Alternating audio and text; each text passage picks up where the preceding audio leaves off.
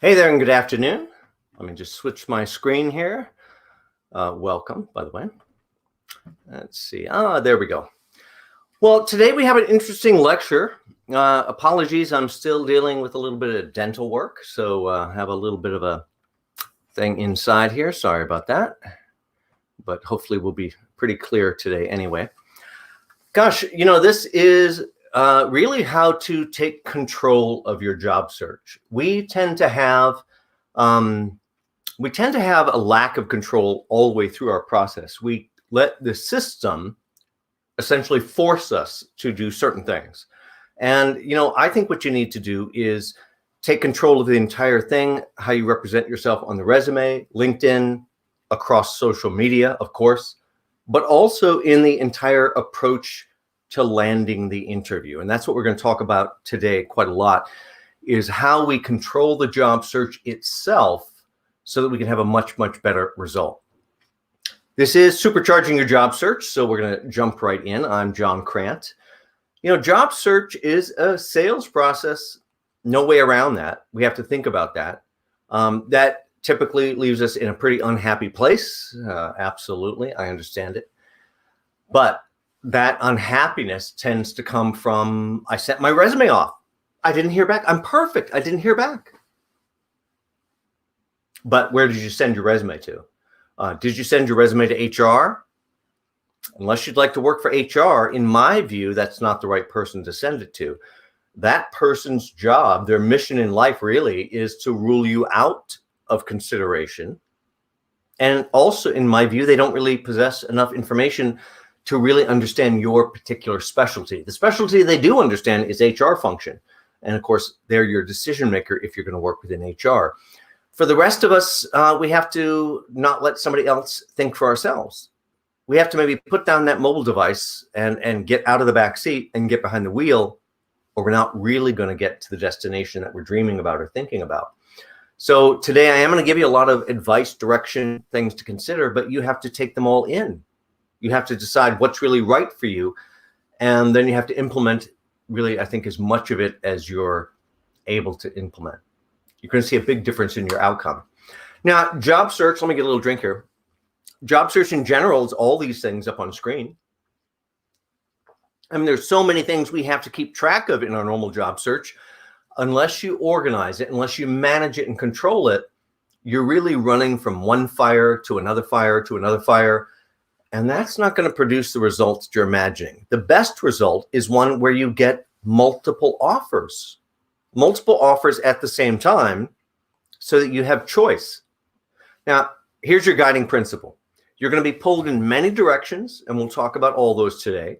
But every time you feel a little bit like I'm inside of a tornado about to lose something important, here's your question. Is this the most effective use of my time at this moment?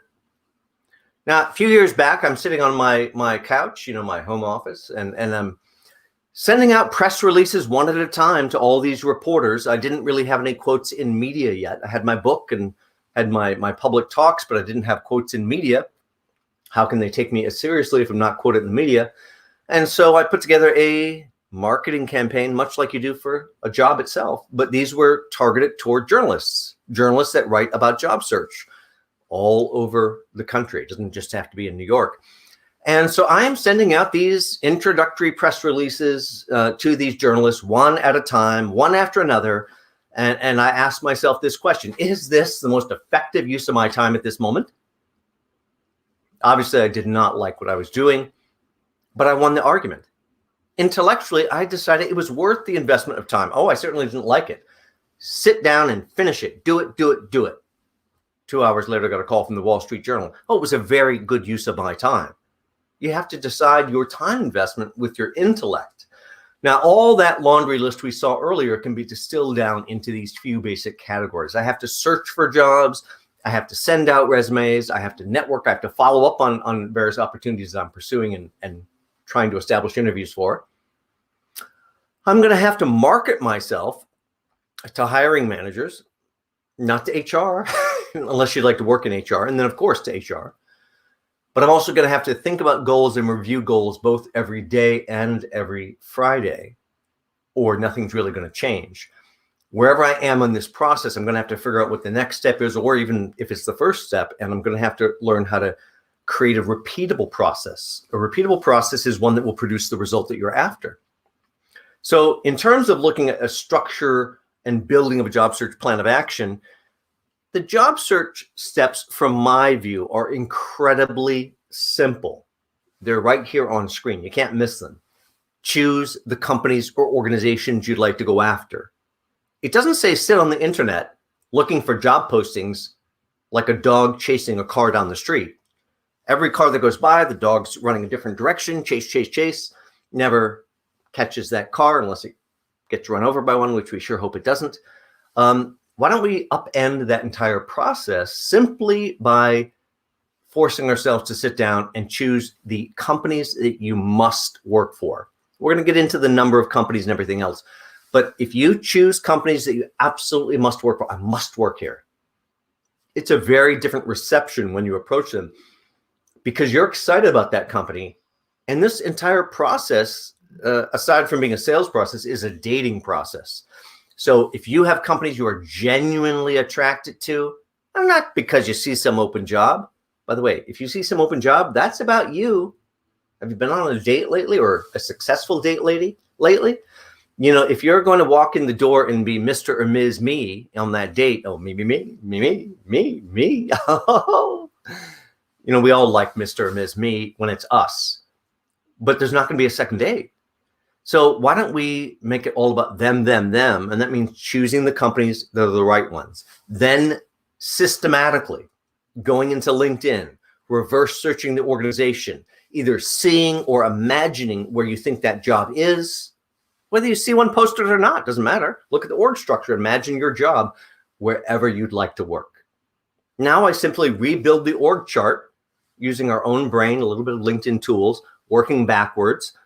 And I build 25 to 30 people, up the food chain, down the food chain, all the way down to admin level, very strategic reasoning, left and right into a couple surrounding departments. Nice, healthy mix of 25 to 30 people behind the firewall of the company. Those are people that I would likely interact with every single day. And you know what? I can influence them right now. So I'm going to select these individuals. In LinkedIn, I'm going to open their profiles, which triggers a marketing event. Oh, 6 people have looked at you. Who's looked at me? Click, click, click. If you've not looked at that before, you certainly will now. And once you start looking, you really can't stop. So we're going to use that mechanism to advertise ourselves with the appropriate picture of ourselves. Hopefully we look like the product shot. This is not the picture you like. This is the product shot. Which one would you hire and give that responsibility to? That one. By the way, you'll pick a different picture if you think of it that way. And your nice headline, which certainly should be more than your last or current employer and title. Ugh, that's about the least interesting thing you could probably say about yourself. There's probably a lot more you could say to package your value in the headline. And now that nice picture and the headline are looking behind the firewall of the company at 25 to 30 people right in their own LinkedIn, beginning to warm up your audience. Now, I'm going to ask those folks to connect. That's another chance, another hook, another worm on a hook thrown out into the pond. The opening's a worm on the hook, wiggling out in that pond for let's go over the camera, wiggling for attention. Now, this asking to connect is a second hook, second worm out in the pond, wiggling around, waiting for someone to click on it. By the way, I know you really want the connections. It's not really about that here. It's about luring them into clicking on your name so they're on your full out sales brochure all about you. Now, without waiting for any answer, because it's a sales process, the answer itself is completely irrelevant. I open, I ask to connect, I don't wait for an answer, and now I look back at those 25 to 30 people and I say, well, who do I think, because your opinion is the only one that really matters, who do I think are the 3, 4, or 5 decision makers that are very likely to be involved in the conversation for a person like myself? And now for those folks, I've already opened, I've already asked, I already didn't wait for the answer because it's irrelevant. And now I directly email each one of them as if they're the only person in the world. Dear Jack, dear Jim, dear Jill. We'll go over the message as we go forward. Your job is to book a meeting, to repeat. You have to get as many people as possible. That's why we're going after 25 to 30 people at each organization. Now, in case you haven't seen me before, John Crant, author, career coach, and speaker, resume and LinkedIn guru as well. I'll tell you about my background here. 7 or 8 years in outside recruitment. That's a traditional headhunter on a desk. Of that time, I did 3 different disciplines as a recruiter. 2 of them were national market, which means I never met anybody. Every single thing over the phone. Never met a manager, never met a candidate. Every single thing in conversation, lots of placements, because it all happens in conversation. It doesn't matter where that conversation happens, if you allow yourself to think differently. Of course, ended up being the national trainer. Spent 3.5 years of that entire time as the national trainer. We had 100 office recruiting system. So as each office would hire potential recruiters, they'd come into my 90-day program to teach them how hiring really works. Not how people think it works, because it doesn't work that way. If it did, we wouldn't need lectures like this one. Of course, ended up being VP over all those offices before moving out to do what I do now. And for the last 10 years, I work directly with individual clients, helping them reinvent their story, reinvent their value across the resume. Same thing across the LinkedIn profile, expanded brochure about themselves, help them through their coaching difficulties, their interview difficulties, their outreach difficulties. And of course, give lectures just like this one for the New York Public Library, their Job Search Central in Midtown, a number of other locations as well. New York State Department of Labor, a couple different locations there. Goldman Sachs 10,000 Small Business Program, Harvard Business School Club of New York City, CUNY, many, many others over the years. Now, that's a little bit about my background. Now, another resource that'll help you, my book. Of course, it's available on my website, also over on Amazon. I'll leave that to you. You can see it pretty easily there. A couple other resources right on my homepage of selfrecruiter.com, about halfway down the page. My LinkedIn lecture is there. Very important lecture. By the way, I have that coming up on Thursday at 12 noon this week. But also, this is a very different presentation where you can see me, see the slides, make me large, make the slides large. Really, you can use it as a start and stop tutorial while you're working on your own LinkedIn profile. Now, on my LinkedIn itself, you can click on my articles and get to how to supercharge your job search. That'll piggyback on today's lecture and what I'll teach you. How to avoid the biggest mistake in job search. That's time mismanagement, the only resources that you actually have. And how your resume does not become resume roadkill. Well, try not sending it to HR and leaving it to that darn system, the applicant tracking system. Try going directly to the decision maker. It's a game changer. Now, job search is a sales process. You know, we started out that way. We'd all like to see the job, go after the job, just kind of get that job if it only worked that way, if it was that easy. But really, everyone's sitting at home doing what you are. They're hitting that darn button. And occasionally it may say apply, but almost always it says submit. Almost all capitals, submit. Until we're so submissive, it's like a Friday night waiting for that phone to ring. Oh, it's going to ring. It's going to ring. It's going to be a telemarketer when it does. Okay. How do we break that cycle? That cycle leaves us back here in this unhappy place. It's about lack of control. I sent off my resume. I'm perfect. I didn't hear back. You're not supposed to hear back, actually. It's not their job to contact you. It's your job to make the meeting happen. It's your job to bring your value center stage. And to do that, I think you have to reach out to the decision maker. We can do that by email. We can do that by phone. Hopefully, we can do it by both. But even if we're not brave enough yet to pick up the phone, you can make a dramatic change in the outcome of your job search simply by reaching out and engaging the decision maker. We're going to bring this one a little bit larger here just for this definition here. The whole goal of today's lecture and all of my lectures is to help you become a self-recruiter. This is a person, a recruiter that looks after one great candidate, which is you. So ultimate loyalty to yourself, you're only looking out for yourself, but you have to think like this salesperson because your job is to go out there and sell yourself. That means we're going to build our network and our networking in a different way. That's really LinkedIn, so be sure to watch that lecture. And also, I have to keep one eye on that toughest competitor imaginable. You know, those 4, 5, or 6 people that absolutely want that job as much as I do. Maybe even more. I don't know. You're going to have to think about how you're going to outmaneuver those folks. Now, if you think back to the biggest challenges you've ever taken on in your career, guess what? A lot of stress, a lot of pressure, a lot of problem solving. Important things require problem solving. Your job search is a sales process and it requires problem solving. Now, promised you a number, 30. I know it's a scary number, 30 companies or organizations, profit, nonprofit, really doesn't matter. They're all really the same. They all have to have that cash register ringing, whether they call it a cash register or they call it fundraising or donations or development, or, maybe there's a handful that are sitting on all the money and don't have a revenue component. But almost every other organization, profit or nonprofit, has a revenue component. So they're really identical. If you start with 30 companies you're dying to work for that are also statistically perfect to hire you, everything changes. That's working with the right list. Now, in my LinkedIn lecture, for more detail, I teach 2 different ways to build a 30 company list that is statistically perfect to hire you. Really, the only unknown is, do they have an opening? Now, this is a technique I would teach recruiters all the time over the years, because if a recruiter can start with 30 companies that would hire this candidate tomorrow, everything changes. That recruiter does not bother to look at those company websites for opportunities. That recruiter simply picks up the phone and calls 30 managers at 30 companies.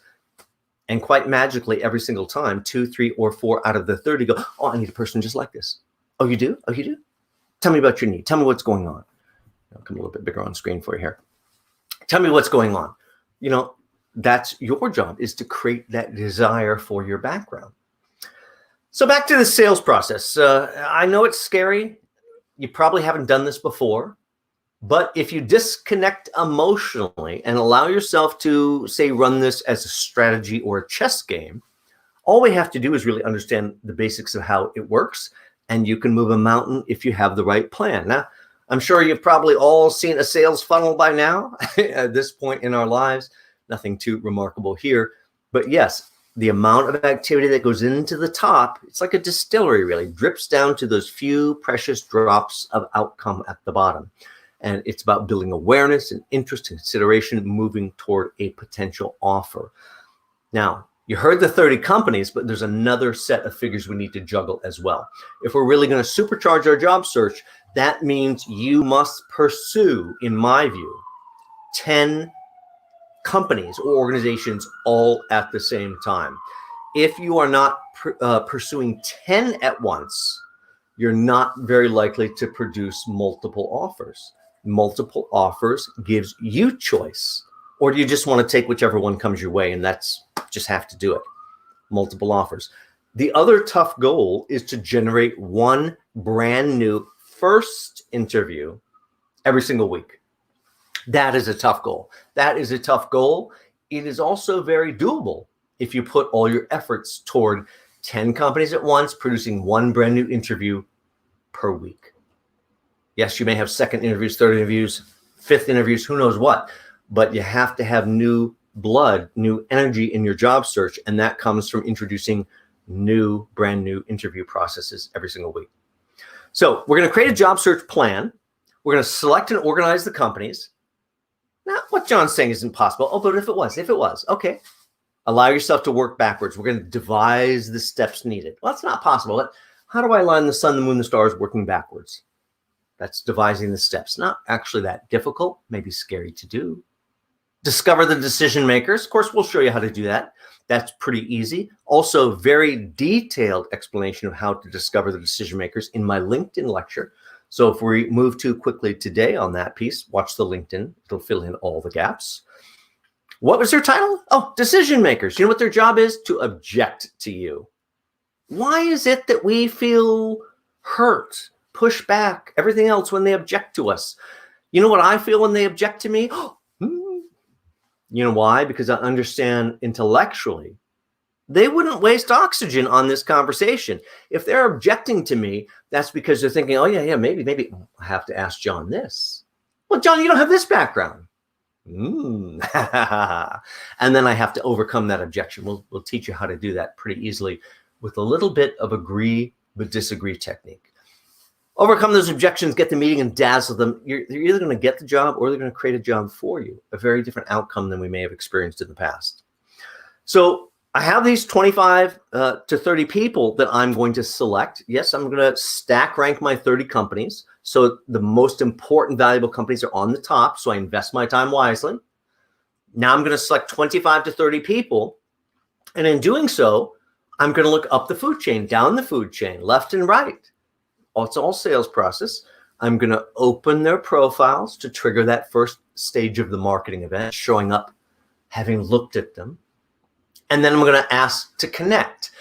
By the way, the ask to connect is a message you write one time ever and copy and paste forevermore. I like to connect with other professionals in our niche or niche, depending how we like to say that. And I'd love to add you to my professional network on LinkedIn.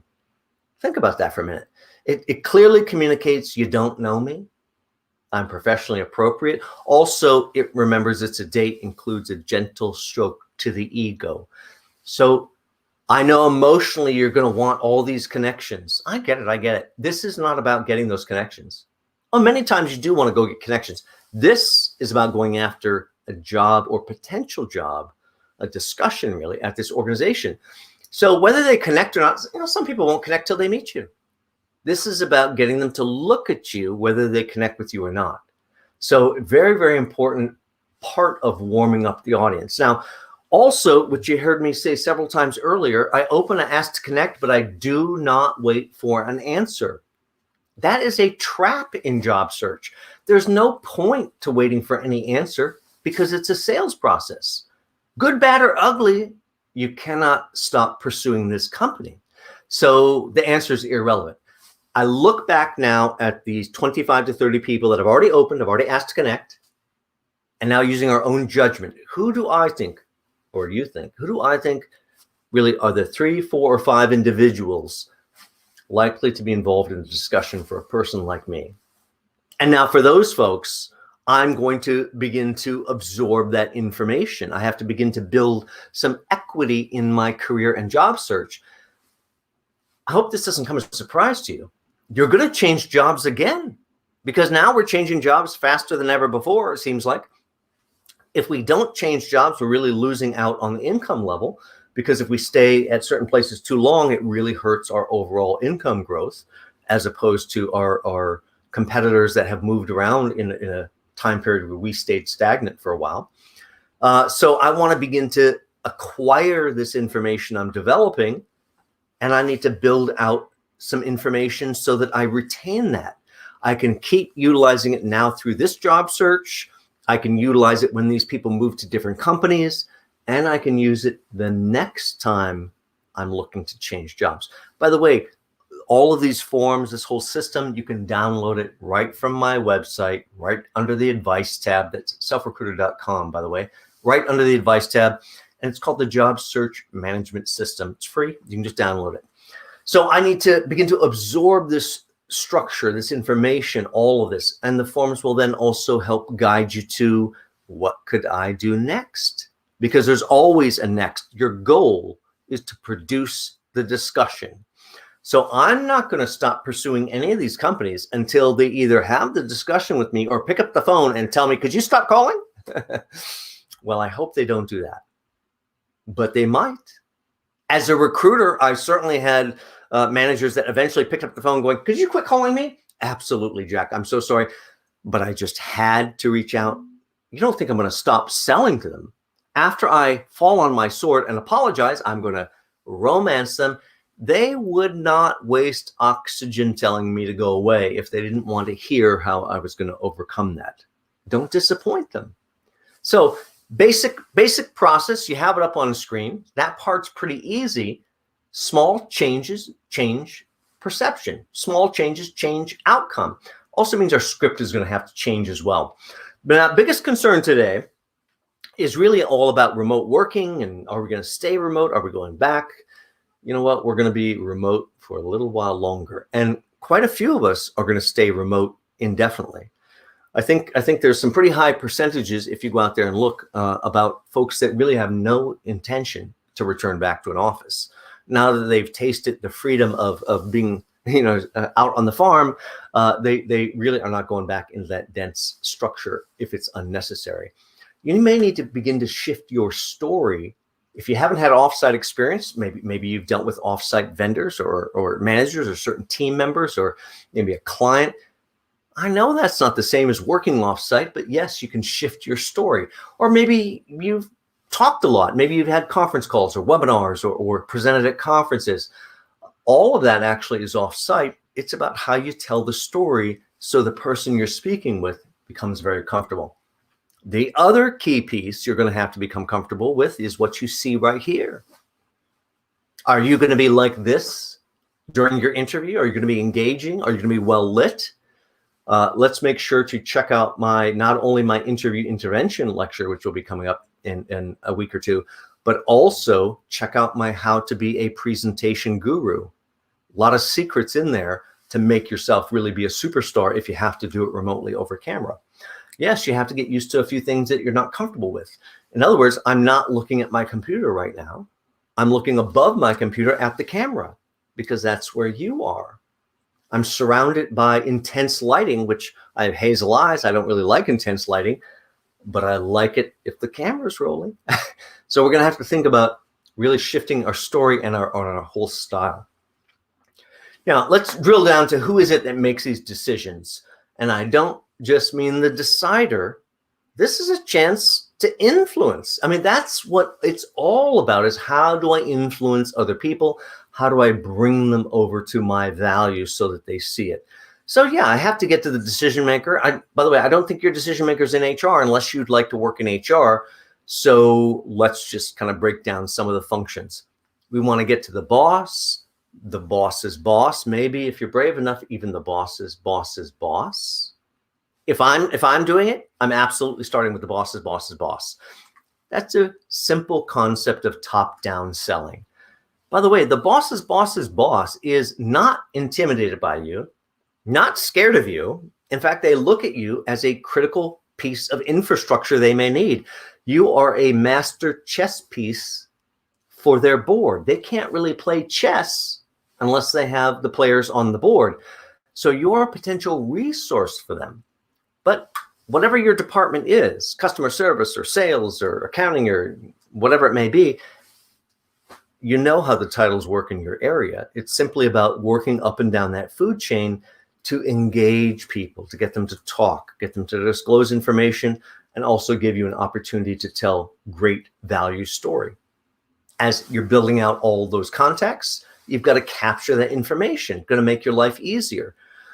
Now, getting to the decision makers, there's a few different ways. Name mentions is a popular way because it's an easy way to stroke ego. I can look in books, articles, blogs, I can press releases, all sorts of places that I could pop someone's name to see if there's something out there that I can mention. Also, I can go and search all these different things to uncover people I don't know and then approach those folks.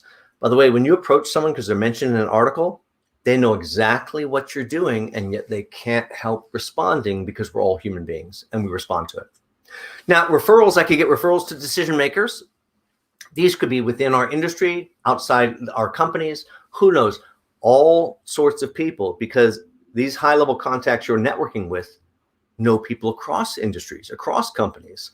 So referrals, another wonderful way in discussion. If you can deliver some value, maybe they don't have an opening for you, but you can pick their brain as to where they'd go next if they were you. Maybe put them in your shoes, looking out of your eyes, and get their advice. Now, LinkedIn, this is probably the most popular way to do it. We can use LinkedIn and our own understanding of how these org charts work to kind of develop and redevelop our view of the org chart. I'm going to reverse search the company. I look through the titles. I begin to connect and select all the people, opening the profiles, ask them to connect, and reaching out to those decision makers. So how do we do this? We go to LinkedIn. Remember, much longer demonstration of this over on my LinkedIn video. You can look at that. I'm going to go to the top of any page. There's a unified search box, same on every single page. I'm going to put in the company I am after. In this example, it's Informatica, big database middleware company. Made a lot of placements as a recruiter at this company. Now, as you type in, you're going to begin to get this drop-down list. That is a trip down the rabbit hole. Don't click on that thing. Simply type what you'd like, hit enter or return. depending on how we'd like to think about that. And you get this nice secondary sorting process. So as long as I'm here, I'm really looking for people. I'm here for people, but I'm also trying to maximize my efforts, to supercharge my efforts. I bet you there are other companies that would be dying to hire me if I'm right for Informatica that I can also find. So before I even look for people, let's go right up here and click on companies. Oh, there it is, companies there. And what do I get? 34,000 companies. What's going on here? Okay, well, I know everything is shown on screen. The 4 or 5 here are all Informatica. As you get down this list, after the first couple dozen, who are all the rest of these? I can tell you, this used to be one of my fields. They're all system integrators down this list. They either resell or install Informatica software. So if I'm right to work for Informatica, I am statistically very likely to be right for a great number of companies on this whole list. This, by the way, is another method, and there's several of them in the LinkedIn video. This is another method to create statistically perfect lists. Even if you're scratching your head going, why is that company there? I don't know, but I bet you they're going to love your background. Go and introduce yourself. Eventually, I have to find people. So I go back over and I click on, no, show me the people. Show me the people. And what do I get? Oh, 2.5 million. Well, 2.5 million, that I don't know if I'm going to be cold and in the ground before I get to that list. I should also mention I only use the free version of LinkedIn, so I can't search very many because they're going to cut me off here. So I'm going to have to put my thinking cap on. Put my thinking cap on here. Let me think here. Maybe I don't need them all over the world. I need them really just in the US. And you know what? As long as I'm thinking about that, I don't need them just in the US. I need them currently working for Informatica, not like 3 years ago working for Informatica. What do I get? Oh, 1,615 results. I love it. But I can't go through 1,600 profiles either. That's not going to work. I'm going to have to think. I'm going to have to think. You know why? Because all of this is problem solving. So maybe it's a VP. Maybe it's a VP that's going to hire me. Oh, look at that. Just simple VP search. Still on the free version, by the way. Really US, really currently working for Informatica. What do I get? Oh, 75 VPs. A lot of chiefs. And maybe that's not the right person for me. Maybe I have to think. Maybe it's a director. Maybe it's a director, really US, really Informatica. Director, 228 directors. I'm going the wrong way here. Problem solving. This whole thing is a brainstorm. This is to cause you to think. Maybe it's a sales director is what I really need. Sales director, and not just currently in the US. How about right within New York City, even on the free version? What do I get? Three. You know I'm after 3 to 5. Don't just be happy with 3, because if you get 5, your odds statistically are much better. You want as many people as possible, 3 to 5, on this outreach. So these 3 are great, but I'd like 5. So let me go back. Maybe there's a sales VP. Maybe there's a sales VP really in the New York City area, currently working for Informatica. Let's see. Oh, two. Now I have my 5 people. Fantastic. I can reach out to these people. I can connect with them. I can do all sorts of things. Of course, you're going to get this type of a screen, and off to the right, I love it when it says connect. Copy, paste. But then I get this darn send InMail. Let's have an InMail discussion. Do we understand what InMail is? Spam. The literal definition of spam. It is paid email.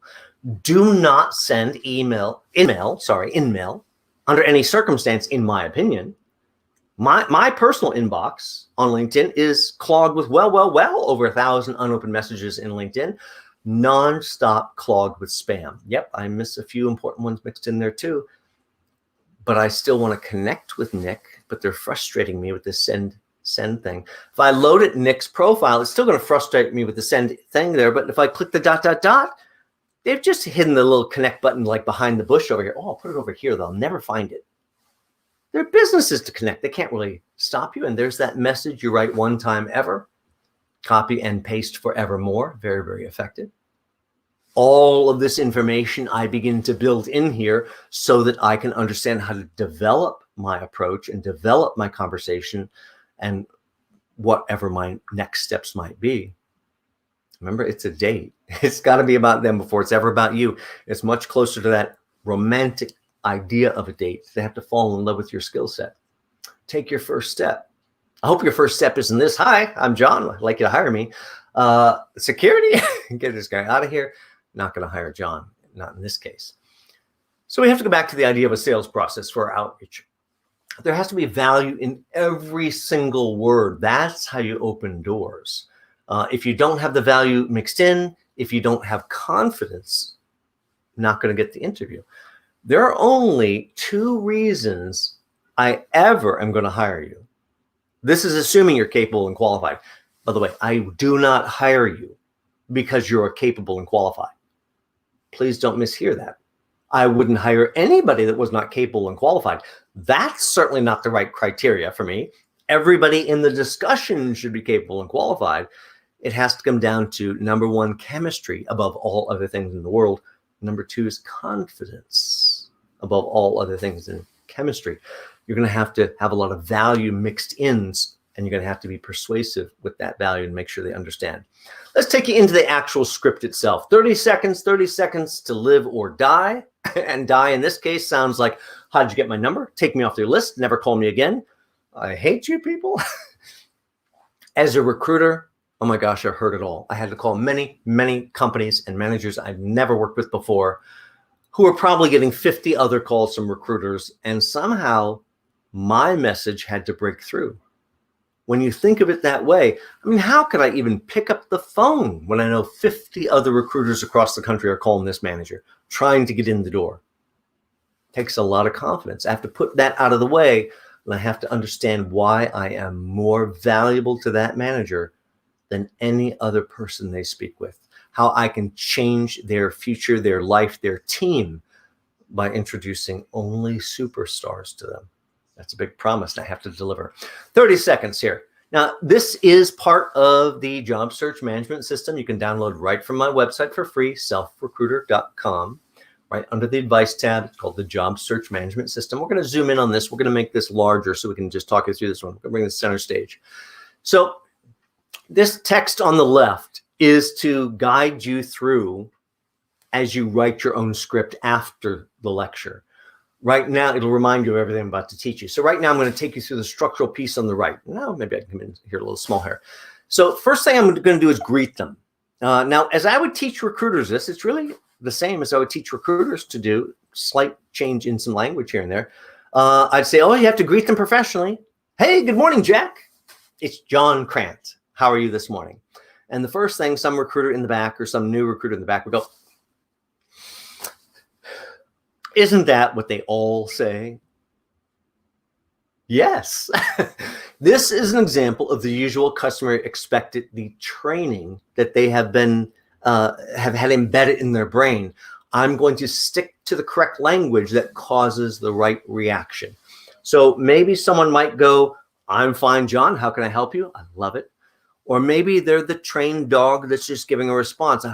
I'm fine, John. How can I help you? I'll take it. I'll take it. I can continue on to sell. Or maybe they'll give me something unexpected. I'm terrible. Wish they didn't say that, but I can't ignore it. We'll come back to handling the terrible one there in a minute. I'm going to acknowledge their response. I just can't pretend I didn't hear. I just didn't hear that. I didn't hear how bad your day was. I can't pretend that. I have to react to it. I have to acknowledge it. And then I have to tell them why I'm calling. I have to get to the valuable point quickly. Tell them about my background. By the way, if you went to one of those schools, there's only about this many, or maybe there's about this many, a very tiny number. If you went to one of those schools, absolutely, I'd mention it. I've seen the doors fly right off the hinges for my clients that have that background. It's pretty stunning. Gosh, I wish I could go back and have a stern discussion with myself 30 some years ago and get myself into one of those schools. Boy, dramatic difference. But if we went to one of those schools, we mention it. If we went to any other school, no matter how good, we do not mention it. That is not the reason they're going to hire you this moment. Move to 2 or 3 key dazzling things that would make them jump out of their seat and desire your skill set, and then close them for a meeting. Closing is just a scary sales term that means, well, most people misunderstand it. Most people think it means asking for what you'd like. No, that's specifically not closing. You have to ask for what you'd like, and then you have to ask for agreement to it. Everybody's afraid to ask for that because that's where they go, no. Have to be brave. So let's imagine the person was having a bad day. I want you to hear this in real time. If I call them up and say, hey, good morning, Jack. John Crant. Yes, I I address them by first name. I hope you picked that up. I don't care if they're the CEO of the company. They're by first name because you must be equal to them. You must be equal and engaging. I have to say my full name so they're not lost in some memory thing trying to figure out if they know my voice. Oh, it's John. Oh, do I know John? Do I know John? I can't place John. It's John Crant. Oh, I don't know John Crant. Now I'm listening. Understand the device. Hey, good morning, Jack. It's John Crant.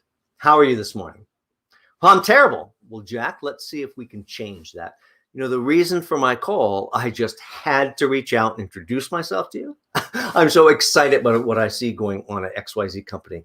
You know, I saw the Wall Street Journal article on your such and such launch. Oh, those things are always so good to get, aren't they? You know, my background includes handling a very similar launch at ABC company. That's really all I have to say. Now all I have to have is a carrot. I have to have a carrot to dangle in front of them to get the interview. What could be worth some time? I'd love to come in and meet with you where I can share how we tackled all those issues I bet your team's experiencing. That sounds like it would be well worth my conversation and my time. And then it's your job not to wait or have them conclude. You're here to sell and book the meeting. Go for the jugular. I have an opening on my calendar. My calendar. Your words are very important. Opening on my calendar Tuesday at 10 a.m. That is one day, one time, never different. That one day, one time, by the way, is simply a mechanism to get them to react. Good, bad, or ugly, you've already won. They've moved past the point of psychologically deciding whether you're worth speaking to, whether you're valuable enough to speak to, and now they're reacting good, bad, or ugly to the time. Tuesday's terrible. Wednesday, 3 o'clock. Perfect. Wow, they seem a little bit of a psycho. You know what? You're interrupting their day. Don't project upon them or react to what you're hearing. They probably have fires all around them. Maybe they're getting a little burnt on the left or the right at the same time. So I stay rosy, I stay optimistic, and I keep going after booking that meeting. That is the script. And very likely your script has to change. Keep it as simple as possible. Now, another potential way, once you have a conversation going, is to maybe make a deeper connection, a deeper bond with that person that could be valuable to you. They could think of connections to introduce you to, and you could also potentially maybe call them back. Now, what does that sound like? Can I call you back to bother you? Well, that's not really what I'd like to convey. So this is something that I was taught as a recruiter, which at first I thought was ridiculous. I'm like, what? An agreement to a relationship? What are you talking about? This sounds like hogwash. And yet I can tell you from doing it over and over as a recruiter, it works. Doesn't mean that I'm really going to call them back like I'm about to say, although I might, but it creates a deeper bond. You know, Jack, from time to time, I'll run into something, some interesting situation when speaking to others in the industry. It would be helpful to run a scenario by you. Would it be okay if I gave you a call for your opinion or advice or your perspective? Stroke that ego.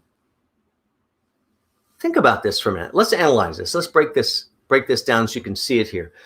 Very slight positioning so they understand. Now, we sit ourselves and wonder, well, why would they want to agree to this? Why would they want to have us as this person that could run a scenario by them?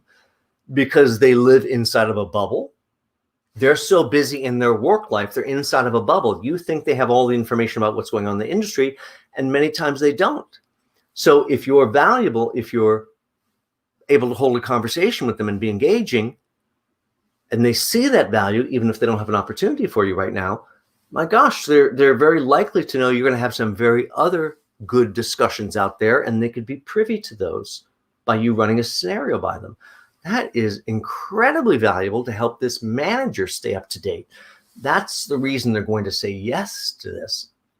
By the way, as a recruiter, I never had a manager ever turn this down. And these were all managers I'd not yet worked with.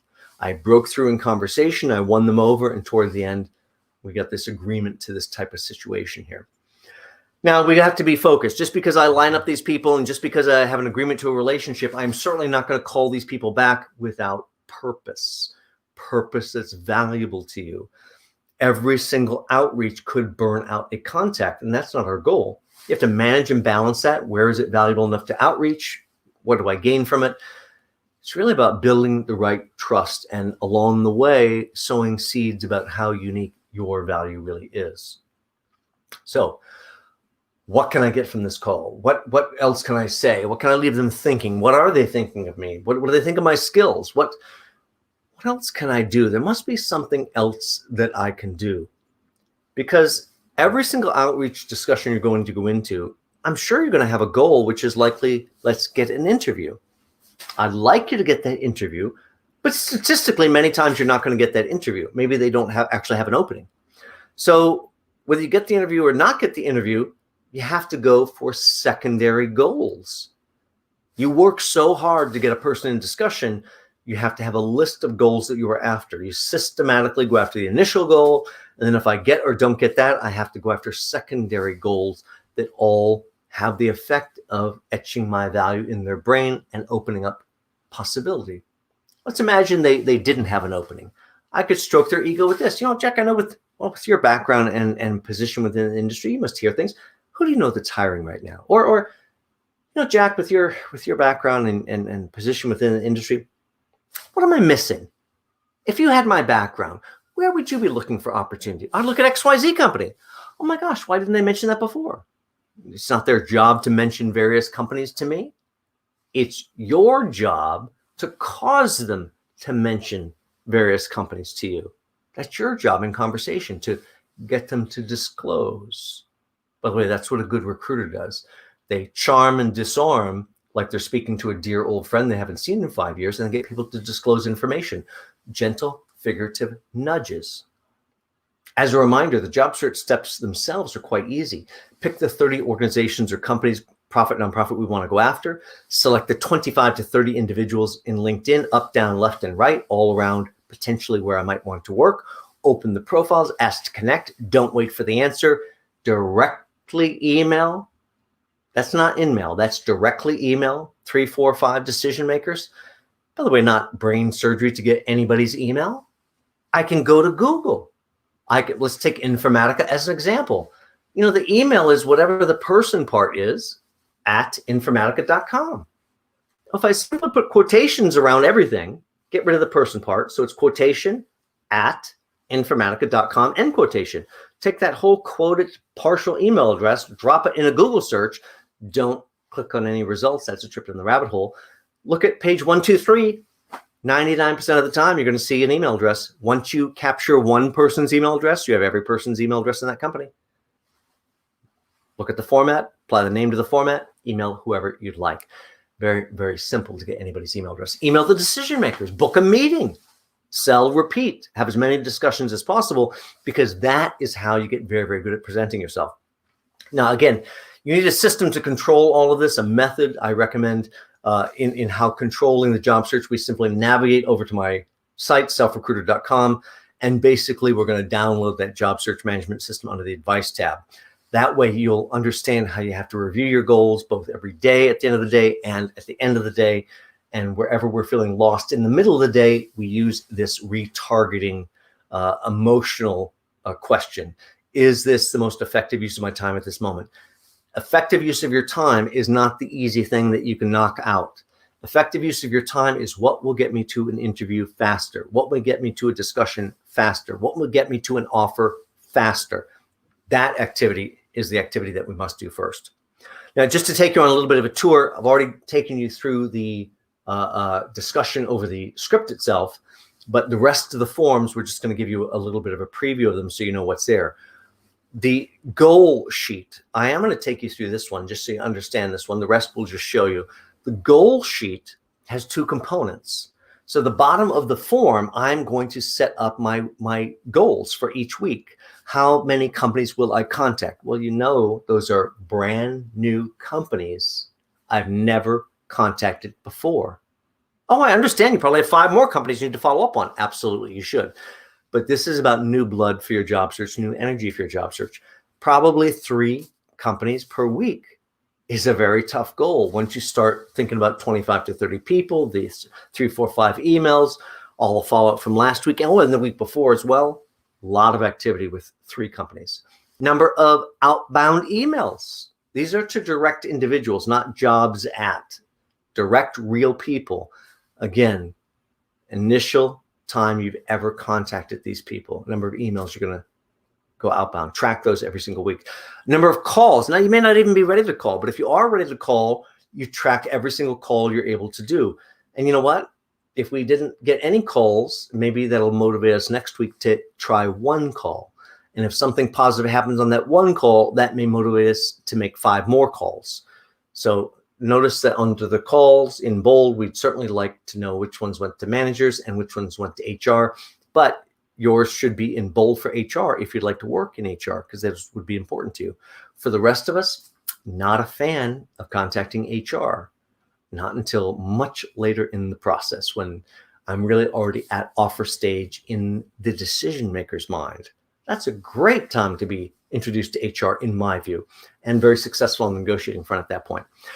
Number of meaningful conversations. Boy, I can kid myself about that. Okay, I bet you 6. 6 per week is a tough number.